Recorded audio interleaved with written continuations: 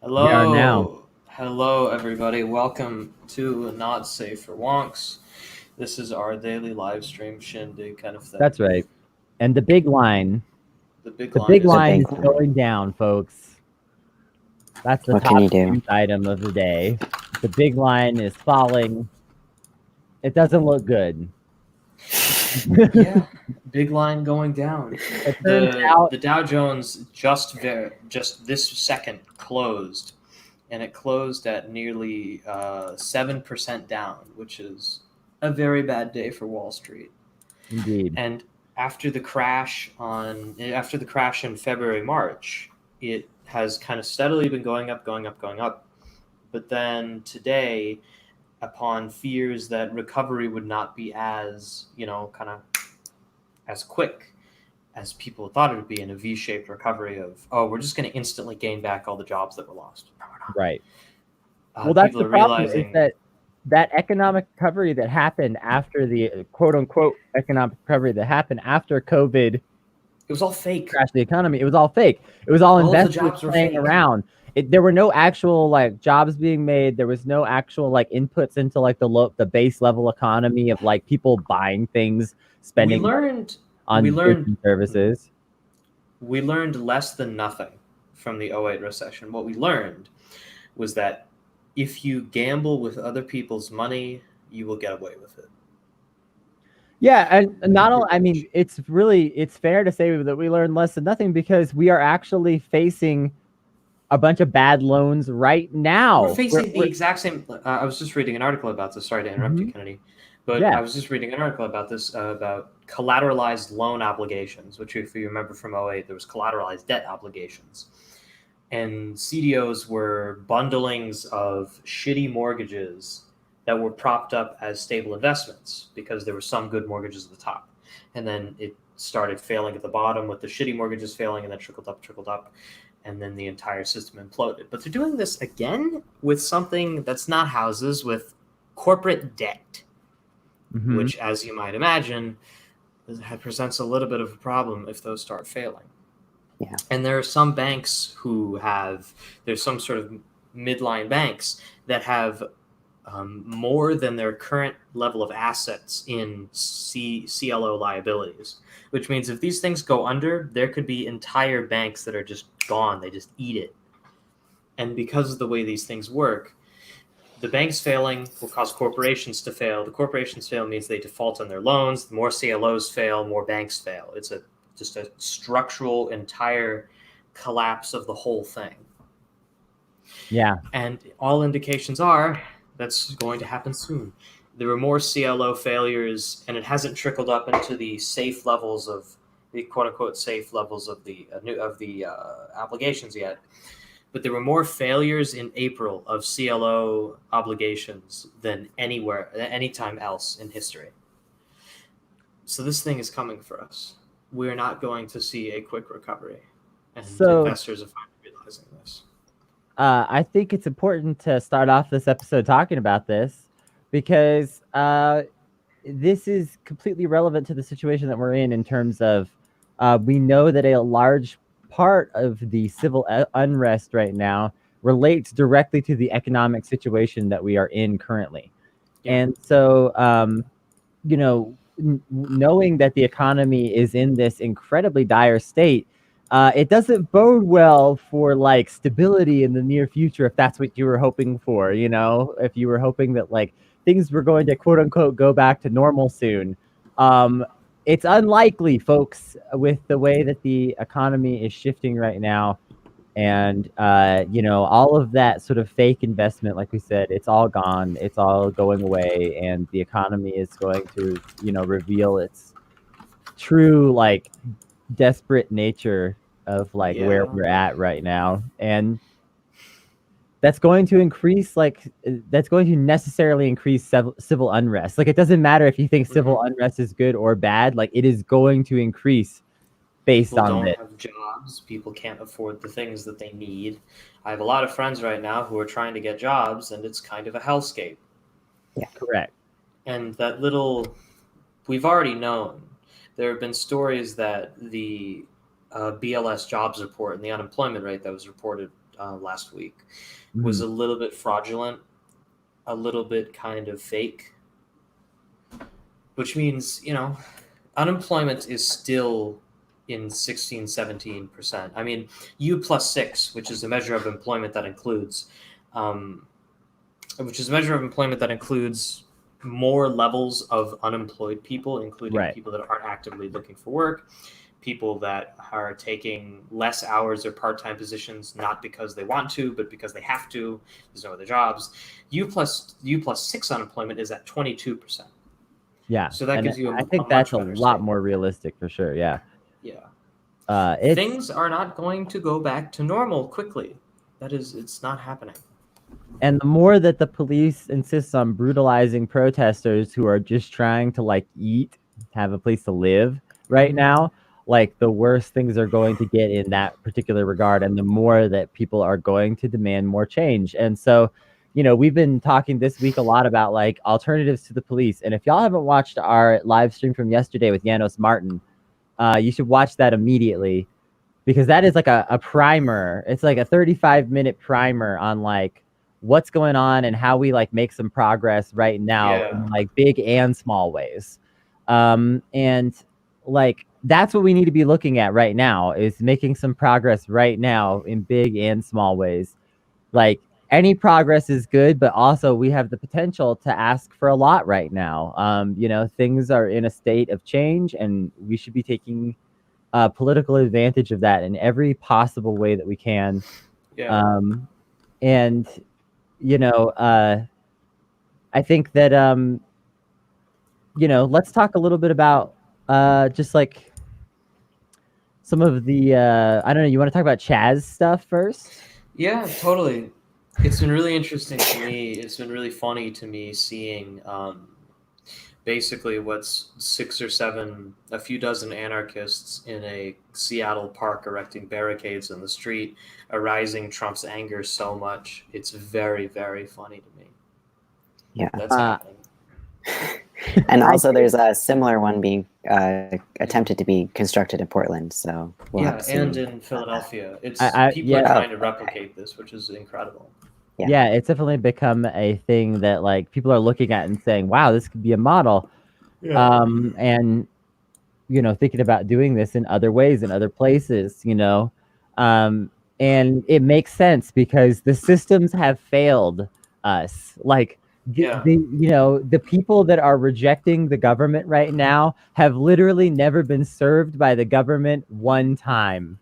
When you think about these reasons why you need X or Y or Z, um, the like again, these people have never received any of that. Whatever examples you're thinking of, whether it's the police, coming to actually help you in a desperate situation, Mm-hmm. whether it's social services actually providing something useful, these people have never received any of that. Yeah. And so they are tired and they're looking for an alternative. And we're going to see more of that probably, unless something fundamentally changes about the system that we have above us. And of course, like we sort of tried to, compromise with like, let's get a progressive in the White House. Let's do something. Let's make some change. Yeah. Like, people were not, this was not the first choice of anyone, you know? Oh yeah, of course. Yeah. What's been interesting to me about the Chaz especially is that with the conversation coming up of defund the police, abolish the police, people have been saying, well, what will happen when we abolish the police is that there'll be rioting and there'll be chaos and there'll be destruction and murder and looting. And in Seattle, they kick the police out of a few blocks, and you know what happens? They give out free food, they grow crops, they show movies, they have speeches, they have free music concerts. Yeah, it's amazing. There's almost no violence there. The people that were being violent were the cops, and they always are. People are violent in response to the cops. That's what happens. And when you get rid of the cops, you don't have that violent influence anymore, and people are able to care for themselves in a way that government, as it is instituted, is not only doesn't do, but is incapable of doing. Oh, hey, hello, we have a reply guy. All right, answer me this. You said yesterday that no one calls the police about anything anyway. Oh gosh, okay. I'm unsure how this relates. We'll see how this goes. I'm unsure how that relates to anything we're saying.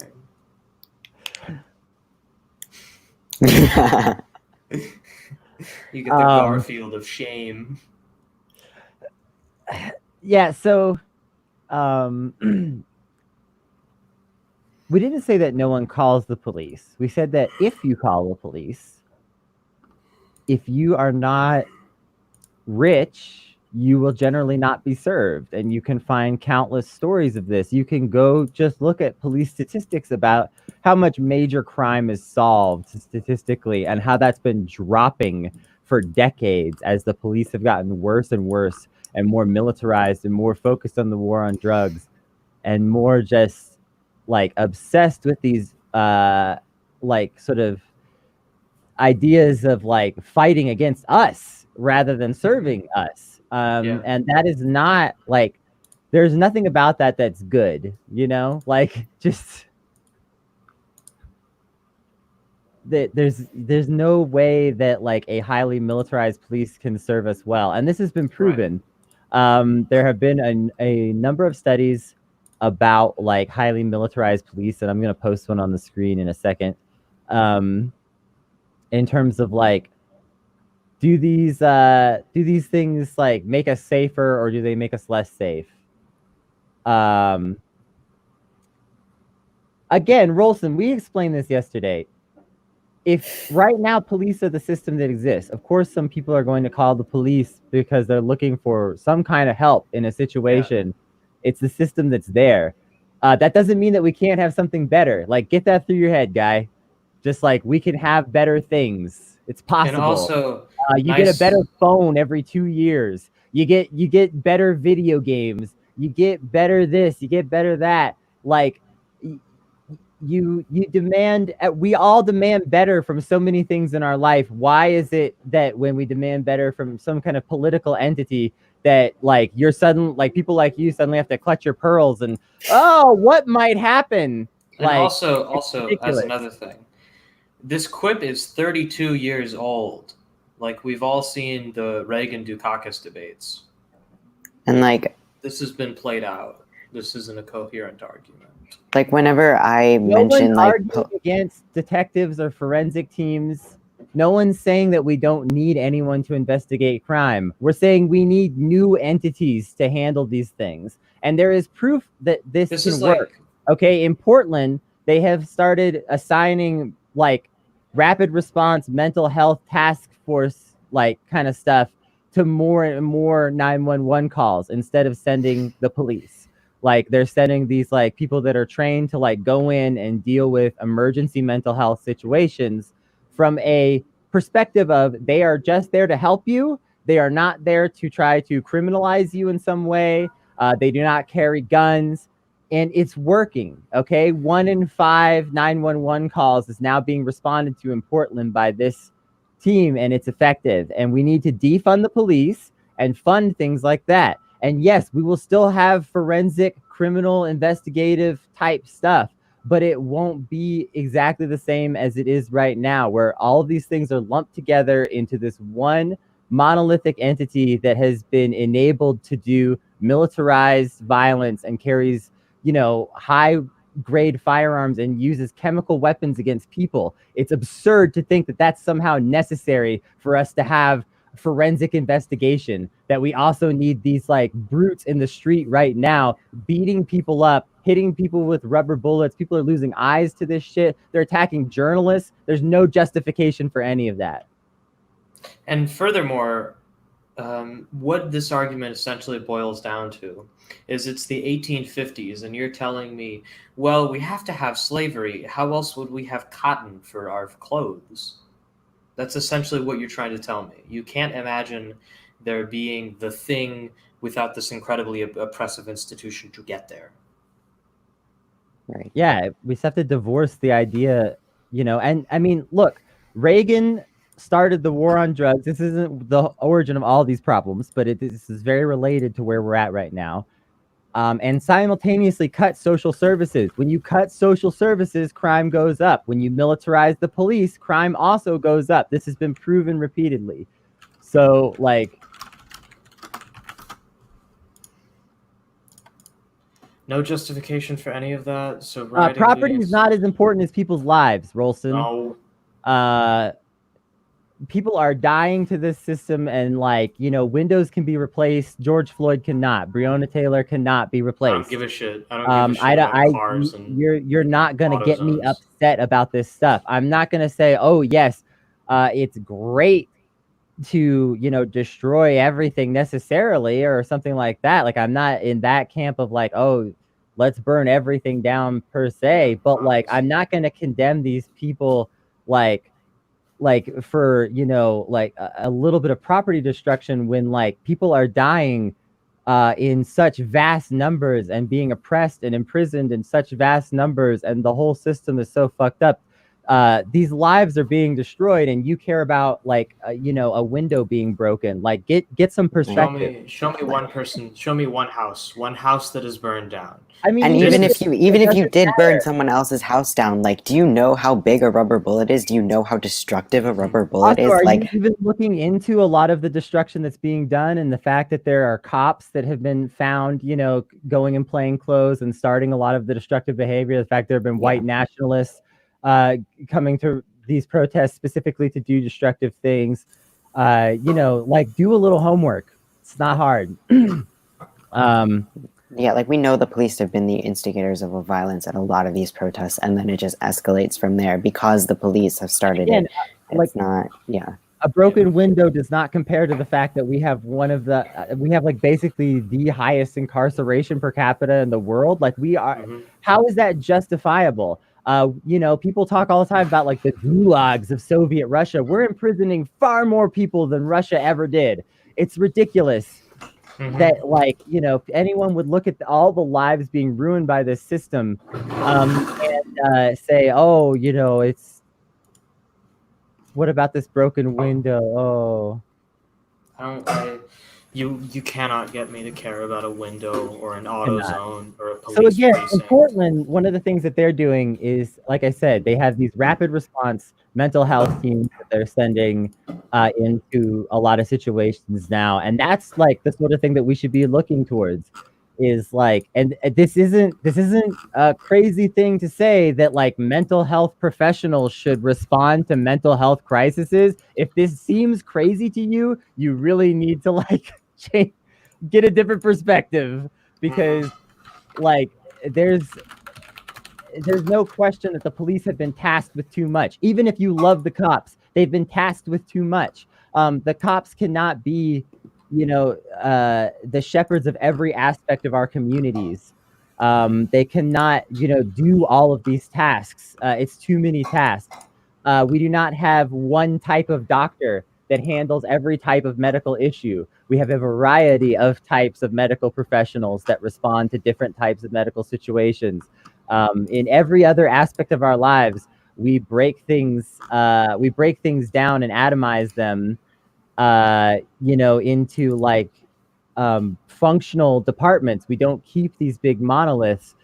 Ideally, you know, like, we know, time and time again, when somebody has a monopoly on something, it tends to go badly. The police have a monopoly on way too many social services, and they cannot perform them. Oh. Local man is not mad. It says that you actually are mad. Please don't put that I was mad in the newspaper. Oh, this is great. I love it. We're not mad. We're just telling you what's up, dude. Yeah, like just go read a book. Go. I feel like you're the one who's offended if you keep commenting. You're interpreting us telling you you're wrong as like being offended. It's very funny to me. I'm not left-wing or right-wing. We, like I said, we atomize solutions for so many of our problems. We do not have, you know, one piece of software that runs the internet and also, like, you know, provides everything else to you at the same time. all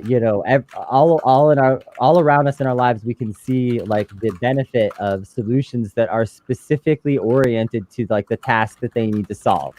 And so if the task that you need to solve is a mental health crisis, again, in Portland, they're finding that they can send these mental health crisis teams to 1 in 5 911 calls, and that no one's getting shot for being suicidal, which is something that has been happening increasingly when the cops show up to a suicidal person's home.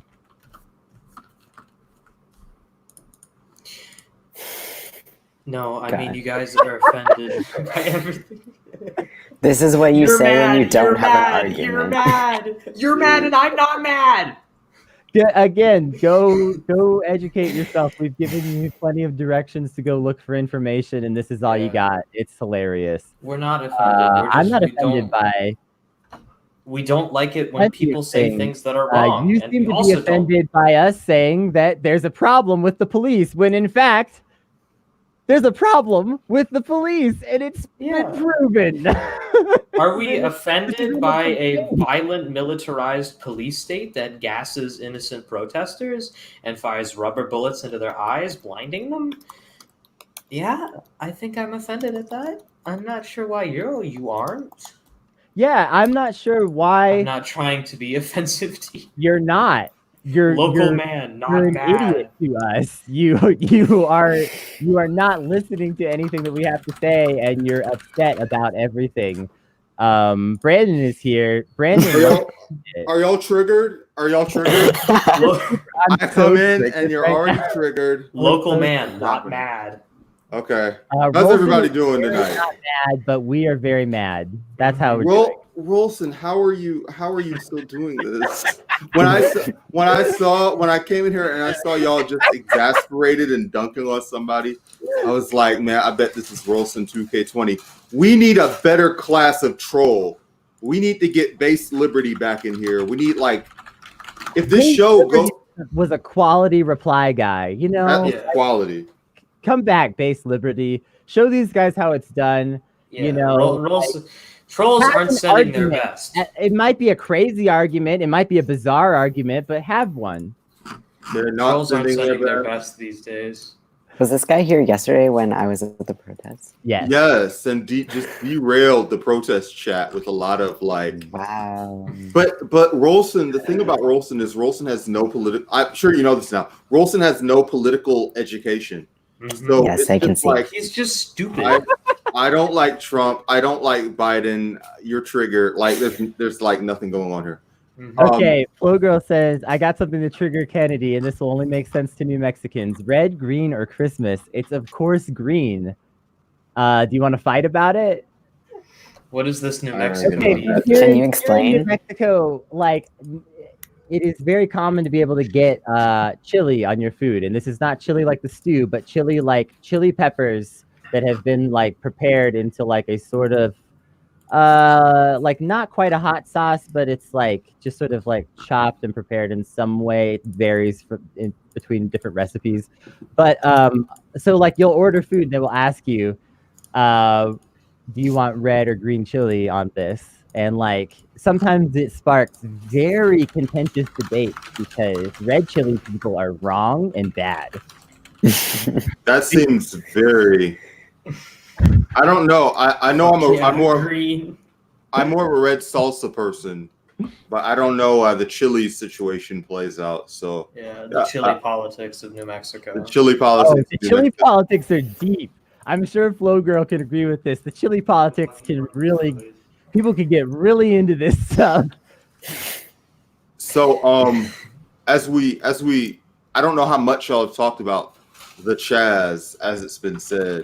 So, have y'all given?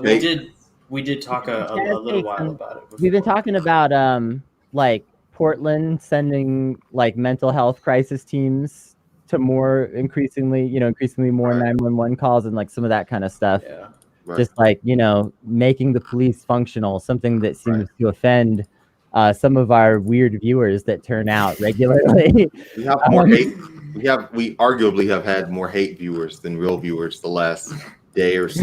I mean, Last hey, days. viewers are viewers are We viewers. tell them that. We All views matter. I know, it's true. thrive on attention. I mean, That was fun. But just to go back and quickly touch on the chat. So it's not gonna like work. It's not gonna be the revolution. Yeah. But it's fun because it's data. We're just gonna learn like what mistakes they make and how it goes and how much they get caught up in like Occupy Wall Street type shit and how much good work they do and just all that kind of bullshit. And it's fun. There's nothing wrong with it. And Marx was against communes and thought they were corny. But once the Paris Commune like got set up, he was like, Brandon, your mic is really kind of staticky. well, it's not going to improve. I'm going to tell you that. Right here is standing in front of me. I'm not going to like buy a new one, so it's just going to do what it's going to do. But yeah, once it got up, it just he was like, it is what it is. It's fine. And I kind of feel the same way about the Capitol Hill Autonomous Zone. Let's just see what it does. It's okay. Yeah. I mean, it's not going to be some like harbinger of the revolution or something. No, sure, no. Best case scenarios, it's a Freetown Christiania or an Exarchia, which are semi-autonomous anarchisty districts in Copenhagen and Athens, respectively. Yeah. And they're just kind of let alone by the city police and city government. I think the most likely scenario is that it just kind of fizzles out in a week or two. Yeah, people stop showing up. People will go home. This relates to both this and like the arguments about the police, honestly, is that like a lot of times there's this perception that in order for a solution to be implemented, it must be perfect. It must be utopian. In order for, you can't just make something better. And you definitely can't just make something better for a little while.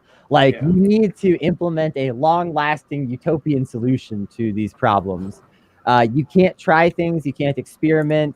The left is not allowed, progressives are not allowed to just like see what happens a little bit because we know that things aren't working. Right. People are pumped full of fear. They feel like they live they hate the way the world is going. They know that the world is like sliding downwards, but there's also like a feeling that they live in the best possible world and this is as good as it gets. And anything that we change will just make things worse. So if you say like, oh, we've spent all of our money on cops, maybe we should like give people lunch when their kids are at school. They'll be like, but there will be anarchy and lawlessness in the streets. And it's funny because like whether you're a Rosa 2K20 who, whatever, or you're just like a mainstream Republican, like you have to go so deep into the fantasy world to come up with situations that are worse than the situations that we have right now. Like, what if the cops were just beating the shit out of peaceful protesters at demonstrations all across the country, and it was on video, and they didn't give a shit, and the political class gave them absolutely no consequences? That sounds really bad. That sounds fucked up. Somebody should do something to keep that from happening. But since it is what it is, like it exists, so we're like, well, it exists. It must be fine. I don't know. We have to get used to living like this, and you actually don't. Yeah. Like, even if you really think the police as they exist are good, it's hard at this point to argue against the idea of taking 2/3 of their funding and putting it into social services. Just the data just tells us that this is going to do more good, period. Like, it doesn't matter, even if you think like we need these brutes roaming around to prevent some crime. We don't need that many of them, okay? A few of them will do that job. First of all, is an argument that I would make. And then second of all, like I say, the police budgets are so massive. They're so big. And all these cities, do you have a city that you live in right now that's not like, we got budget problems? Like my city sure is talking about that every time that like city council is like in the news or something. They're like, budget problems. I think everybody can pretty much say that like wherever you are, you probably can relate on some level to that. And who's making burritos back there? I hear you. Okay. It's actually microwave ramen. Shout out to Maru-chan, doing it big for 50 years. All right. And also, like, a lot of these cops are just being paid to stand around. Like, even if you think that cops are necessary, like, you probably can see where the problem is with that particular problem, like, with that particular thing. Like, you don't need someone to just stand there all day. That's especially true in New York when we have, like, we have cops who have been hired to just stand in the subway and like wait for people to hop the turnstile, and you know that people aren't going to hop the turnstile. There's cops around, so like they're just standing there for no reason. And their salaries cost more than like than the cost of just letting people numbers of people just hopping the turnstile or just making the fucking subway free. Exactly. Like they could just literally get rid of all those cops that are policing the turnstile and make the subway free, and the city would save money. The city would save money, and not only that, but ridership would go up, which is generally good for these kinds of programs. From like funding the MTA properly would do more good for the city of New York than funding the NYPD. Flow Girl says the success rate compared to the budget for police is mind-bending. Yeah. Yeah. Like, I mean, if you look at a lot of these major metropolitan cities, the police budget is about 50% of the entire city budget. And even higher for a lot of these cities. It's actually close to 40%. Google 40% police. Let me keep making that joke. But yeah, seriously though, the New York City Police Department, I think it has the budget for the NYPD is the same as the military budget of the country of Ukraine. That's bonkers. I just want to say, like, okay, here's like a little like experiment. If you're out there and you're watching this and you want to like kind of see if what we're saying has some weight to it, find a city program that you actually like, that you think is good, that like you think helps people in some way. Okay, maybe it's the libraries, maybe it's something more specific to your community, maybe it's something to do with food banks. I don't know. Okay, find some city funded program that you think is doing some good in your community. Go look at how much money is budgeted to them, and then compare that to the police budget, and just think about like how much just this program that you think is really good, like it probably doesn't cost the city that much money. And when you think about, wow, if we just doubled that budget, if we just tripled that budget, it's still a drop in the bucket compared to what the police are getting. And like you would have like these just with a little bit of expansion, you would have these programs that could serve vast numbers of people and really make a difference in your community. I want to quickly raise an issue, although we're making things even more complicated here. I was talking to someone who is in the prison abolition world, and just wanted me to remind people, social workers are not a panacea for everything. A lot of times social workers can get you caught in the mental health industrial complex. And once you're in that complex, right, you are like, your word is no longer means anything, and you can get sucked into that whole not being trusted by the people who are caretaking for you. Yeah. And ultimately, I've had a few friends who are institutionalized, and it is not good, folks. Correct. So ultimately, you do want a system where your people who are in your community or share your identity have a stake in going to check in on you. But that's far away in the future. These institutions, as flawed as they are, can be corrected or disciplined in ways that the police can't be, because the social workers do not have all the guns. They do not make huge donations to mayors. They don't have that political infrastructure. So, as far as intermediate solutions, I think advocating for social work is okay. Let's just always keep our mind on that far mountain ahead. Well, let's also keep in mind, we don't want to create another monolith. We don't want social work to become so big that it can no longer be performed. Because that's one of the problems that we're facing right now with the police. Right. And so when we talk about like atomized and broken down solutions, like we're really being specific about that for a reason. Yeah. I just want to say this is nice. We've got the whole gang here. It is. It's really nice. Yeah. What a nice awkward moment. Taking a 5-second vibe break there. Vibe break. Love it. So we've talked a little bit about. I feel like we've been talking about abolition and reform all week, which is cool. What inspired the title here? CSI isn't real life. What works and what doesn't? Are we talking about like face cams and stuff like that? Yeah, we can talk about that's kind of like the general stuff that's been on the mind today and that we've been kind of rolling through. And like body cams are a great example of like one of those things that just has not worked at all. The stats are in. Well, to be clear, I mean it's worked a little bit in the sense that it's inspired people to protest when they see, because there's a lot of white people that just did not believe any of this shit. Like there's a whole class of white people who are I guess relatively well-meaning, but when you talk to them about police violence, they've just had totally different experiences with the police. So they were like, I don't know what you mean. They're cops. They're nice. So seeing shit on video, despite the lack of consequences, for like 10 years has radicalized people, I guess. Sure. Around the fact that the cops will kill you on camera and don't give a shit. But there is still the problem that the cops will kill you on camera and don't give a shit. So right. Yeah. Like it didn't stop them from doing anything, and of course they're notorious for covering the body cam. Off when it's time to whip your ass. That's right. You know, just turning it off. It's time for a fucking body cam malfunction, buddy. Like, let's do it. Oh, I don't even, know. Even when other people are filming them, over they don't that. Care. Wow. Yeah. And then they'll conveniently film, like, again, we were talking about this like yesterday. They'll conveniently film the like 5 seconds where you're wiling out, and you're wiling out because they just pepper sprayed you. You know, and or like they talk some shit, or they fuck with one of your friends, or whatever. Right, like, yeah. Like just off camera, like there's another cop just tasing one of your friends in the nutsack, and you're like, you're wiling out on camera because you're seeing this shit happen, but they're only filming you. They're not filming themselves fucking tasing your fucking friend. You know, and so like that system has not worked. A lot of the like reforms of that type, more training has not worked. You know,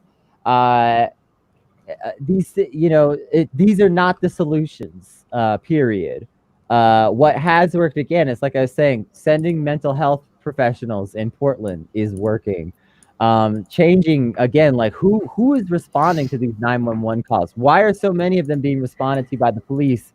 Like, you know, if you really press me, I will probably say that like I might like some armed individuals to show up to like a standoff of some, you know, of like other armed individuals, right? But like that's what fraction of 911 calls is that? 2%? Maybe like, less. Yeah, maybe whenever I bring up police abolition, someone always says to me, like, well, who's going to take care of serial killers? And I'm like, you are vastly overestimating the number of serial killers present in the population at any given moment. And the ability of the police to stop them. Exactly. Yeah. I feel like we've all, as a culture, watched way too much Netflix. Generally, I like Netflix. I feel like actually has decreased the amount of crime. I feel like people who would otherwise like be out starting shit are like, man, fuck it, I'll watch Netflix. However, it's rotted people. Netflix has rotted people's fucking brains. I mean, to where they think, farther than Netflix, but I do agree. Of course. Yeah. Local news probably more than anything else. But. Right. Like I mean, people have watched so much of this stuff, they've started to think that this really is the way that these things work, is the way that you've seen it on TV. And it couldn't be further from the truth.